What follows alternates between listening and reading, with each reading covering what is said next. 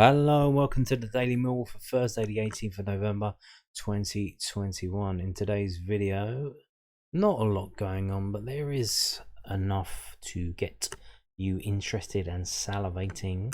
So let's have a start here from London News Online.co.uk, South London Press's online website. We have this. Millwall have had their best start to a championship season since winning promotion in 2017. Yeah, so we've had our best start. Millwall have had their best start to a championship season since they were promoted back to this level in 2017. The Lions, who head to Middlesbrough on Saturday, have 25 points after 17 matches, and that is their highest total at this stage of the campaign since they beat Bradford City to secure promotion via the League One playoff final.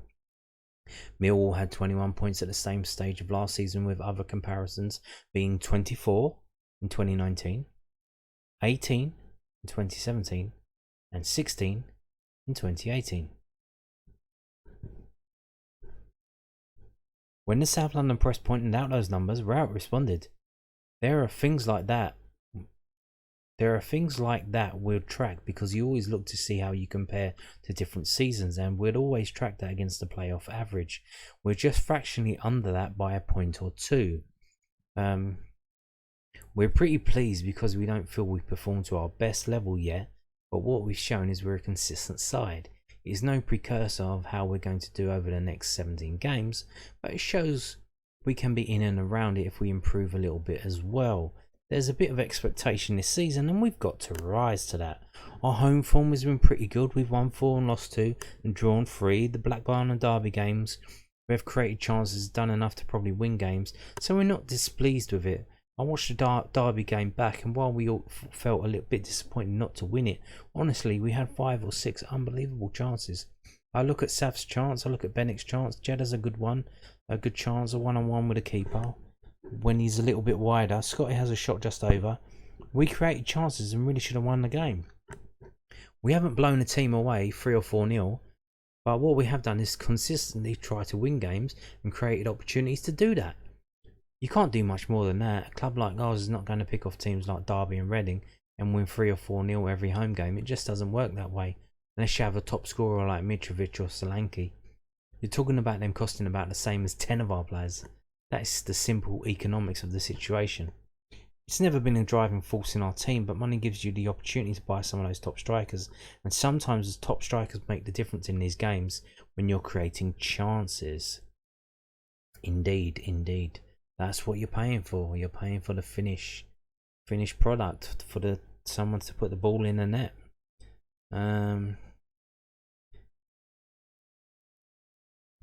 Indeed, and that's why they cost so much money. So moving on now to this story from news@den.co.uk.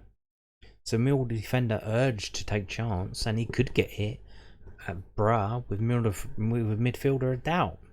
Millwall boss Gary Rowett insists Danny McNamara will get his first team opportunity again and urged the defender to take the chance when it comes. McNamara, 22, had been first choice right wing back since his return from his loan spell at St Johnstone last January. The Republic of Ireland under 21 defender, well, he's outgrown that now, so I don't think you can really call him that. Former under Republic of Ireland under 21 defender. Took Marlon Romeo's regular spot in the team. Romeo had been first choice since 2015-16, but such was McNamara's impact that the former decided to leave on loan in the summer and join Portsmouth. But McNamara has recently lost his place in the side, with Rowett preferring Ryan Leonard on the right side of a back 4 or back 5. Rowett wants McNamara to add assists and goals to his game. McNamara scored 3 goals in senior football, 1 each for Dover, Havant and St Johnstone, but he is yet to open his Millwall account in 26 games. Millwall's left wing back Scott Malone has scored 8 goals in 59 games since the start of the 2020-21 season. McNamara could get his chance at Middlesbrough this weekend, as there is an injury doubt over Billy Mitchell. Mitchell has started the last 4 games, but if he is out, Ryan Leonard could move from right wing back into midfield, opening up a route back in for McNamara. Rowett says it's natural for a young player to experience time out of the team. It's like any player that for whatever reason is not in a team in the starting lineup. It's about trying to improve their game and making sure when they do get their opportunity that they do what they have to do, Rowett said. certainly in those wing back positions, it's important in a team like ours that they add to the attacking numbers, that they create assists, that they get goals. We've spoken about it before. Danny's like Billy. He was out of the team last season. Start the season while Danny was in the team performing really, really well. It's part of being a young player. I'm sure if we were a team set in 20th, sometimes a player will play every minute, but we're not. We're pushing hard, and sometimes the difference is those little extra bits. Danny works really hard. He's a great character. He does lots of extra work with the coaches, the likes of Adam and Robbo. And like I said before, he'll get back in the team, and when he does, he'll have the opportunity to keep the shirt. So there you go. We want more attacking from Danny McNamara, which I've said this before in previous videos. Trying to get more attacking into the team. Well, where are you going to put it? Well, one way you could do it is the right wing back is to have a Scott Malone on the right hand side. Someone who can attack like Scott Malone, but on the right wing. And it seems Gary Rowett seems to agree with me.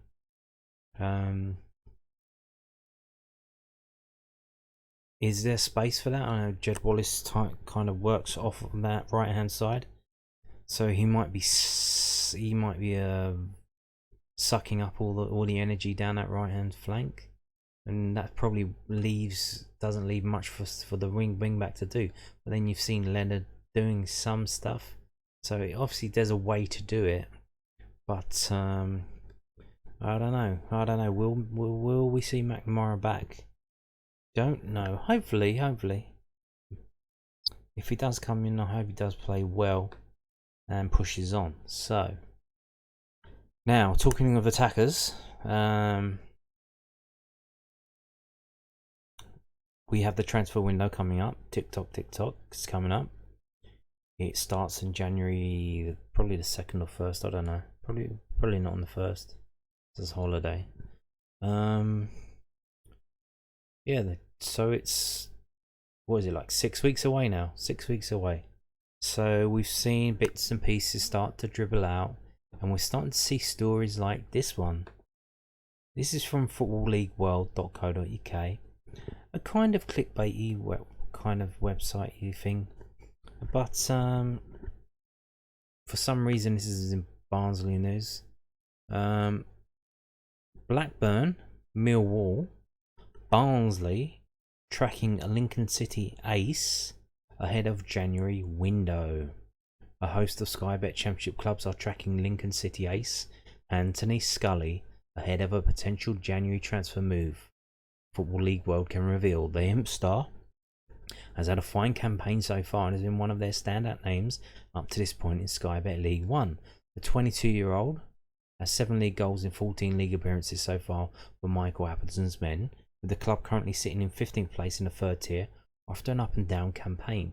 Indeed, on a personal level, he's really motored on in terms of progression after a good year last season that saw him hit 11 league goals in 40 league appearances, so it's clear at the moment he is on an upward trajectory. That said, the player's form has alerted the likes of Millwall, Blackburn, Barnsley and Preston North End, all of the Sky Bet Championship, with Football League World able to reveal that the 4 sides have been watching him closely this season.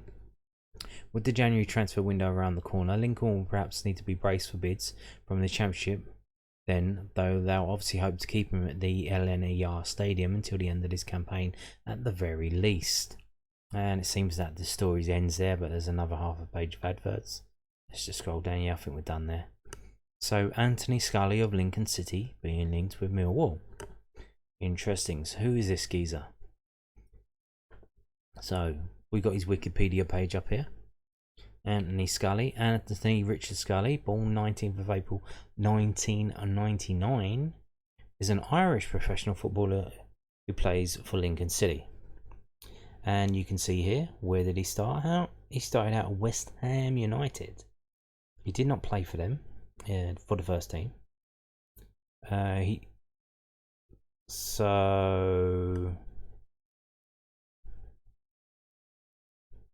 So it seems, I don't know what's going on here, but he signed for them in 2016. And then while he was at West Ham, he had trials at Norwich City and Nottingham Forest. And then on the 2020, after playing 37 games for West Ham's under 23s, Scully signed for League One club Lincoln City.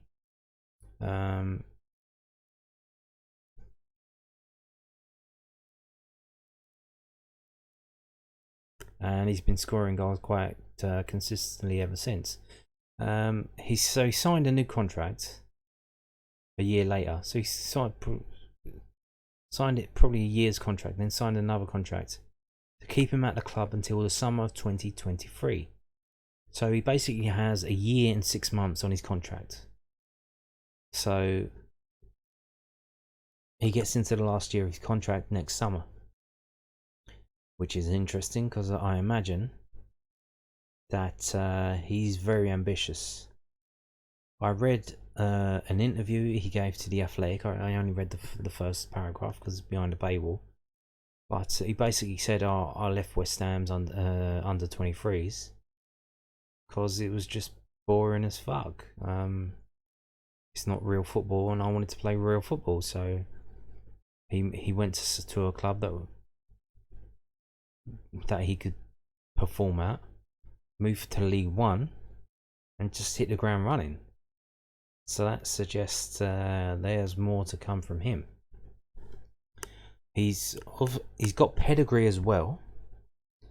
What do I mean by that? Well, he's been playing for national teams, for age-restricted national teams. He played for the Republic of Ireland schoolboys under 15s. Then for some reason he switched to England under 16s, but then he switched back to Republic of Ireland under 17s, under 19s, and under 21s. So even a nation like the Republic of Ireland, you're basically, if at that age group, to be picked as one of the 25 best players or 28 best players, you gotta have something about yourself. And especially as you go up the age groups, it probably gets harder and harder. And he's stuck around. He's playing for the under 21s. But I like Danny McNamara. See, he's turned 22, so he's outgrown that now. So he's I think he could probably still switch to because he's only played for the under 21 teams and below. He could still switch to whichever he's eligible to play for, which is probably England or Ireland. So I don't know if there's any other grandparents or whatever he qualifies for, but there you go. So he's played 59 times for Lincoln City, scoring 20 goals. And here's the thing, he is a son of a professional footballer. His father is Tony Scully, a footballer, played for Crystal Palace, Man City, Queen's Park Rangers. So there you go. So we've got a youngster who was at West Ham, whose dad was at Crystal Palace, also QPR, Dagenham and Redbridge, Barnet, Crawley Town. So that's interesting in itself, no? We have, so the guy's obviously clued up enough to say, I need to get out of West Ham under 23s and start playing proper football. And he's obviously realises that pretty because his dad's a footballer, and they probably figured it out between them. And he went to Lincoln, and he's hit the ground running. You can see, I'll show you some of this here. So this is his page from whoscored.com. And where does he play? So he plays outside left and outside right. Which is interesting. It is interesting. Now, why is it interesting? He's got a year and a half left on his contract. If we're trying to sign him in January, I imagine it was going to cost a pretty penny. Where's that money coming from? Now he's an outside left and an outside right. Jed Wallace plays outside right at the moment, though. Is this a replacement for Jed Wallace? Is there a possibility that Jed Wallace might be leaving in January transfer window? Or is this just a player we're watching in case he leaves?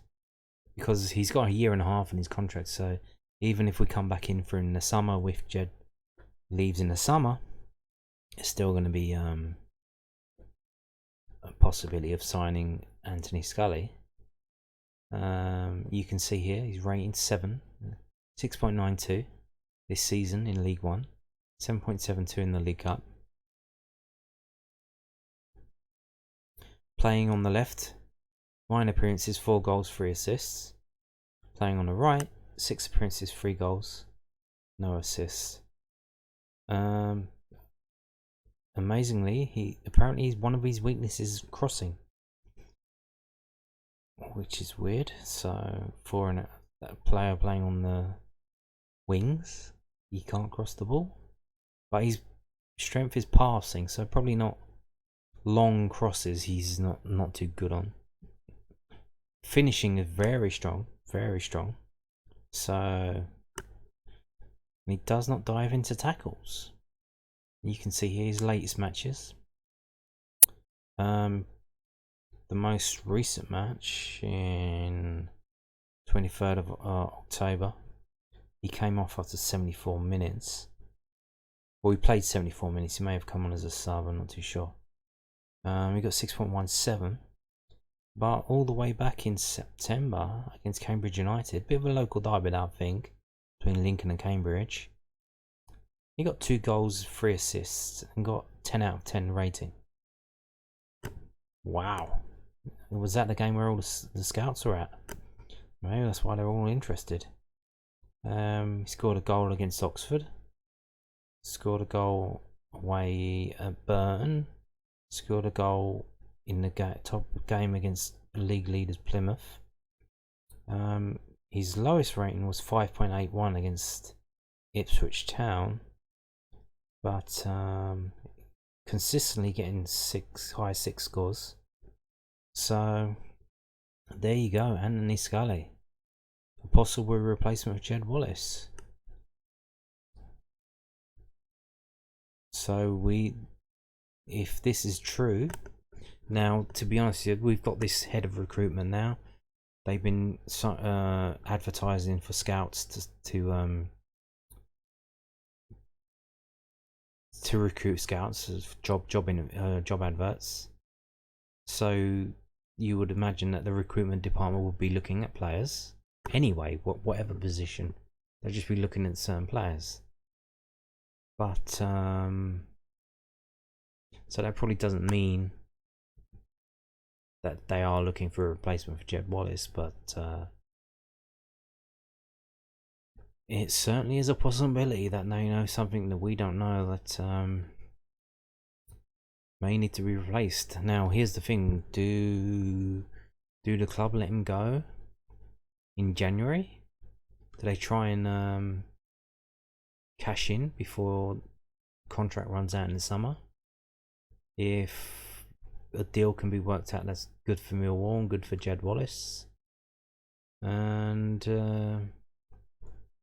we get some cash to reinvest in the squad, that would be nice. So if he's definitely gonna leave, but I got a feeling he wants to stay until the end of the season to see if we can get in the playoffs and then get up, because I imagine they do believe it's a possibility. Otherwise, you wouldn't be playing as hard and as robustly as you do each week trying to win games if you don't think you can win a lot of games and get into the playoffs.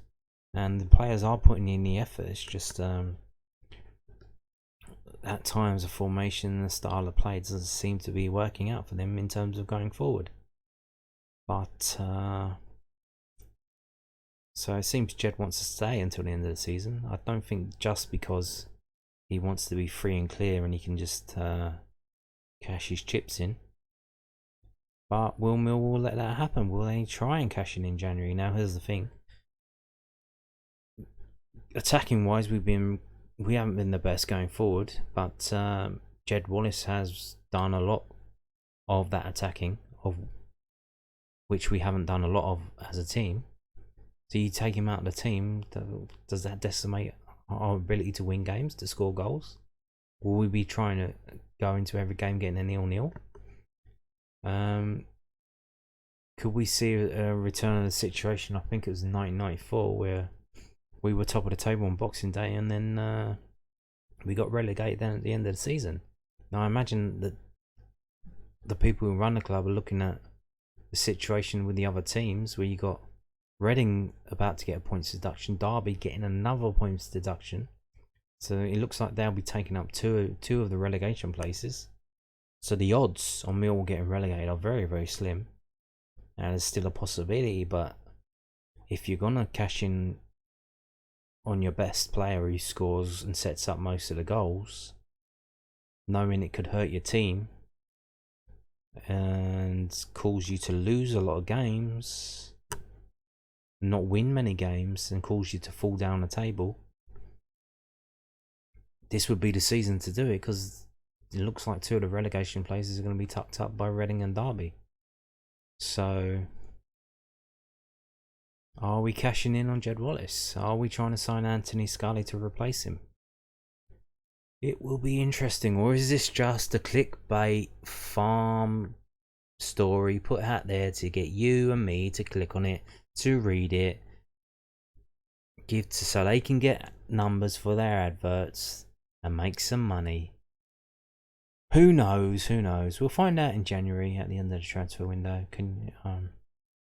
So you're gonna have to wait and find out. That's it for today's video. Thank you for watching, and goodbye.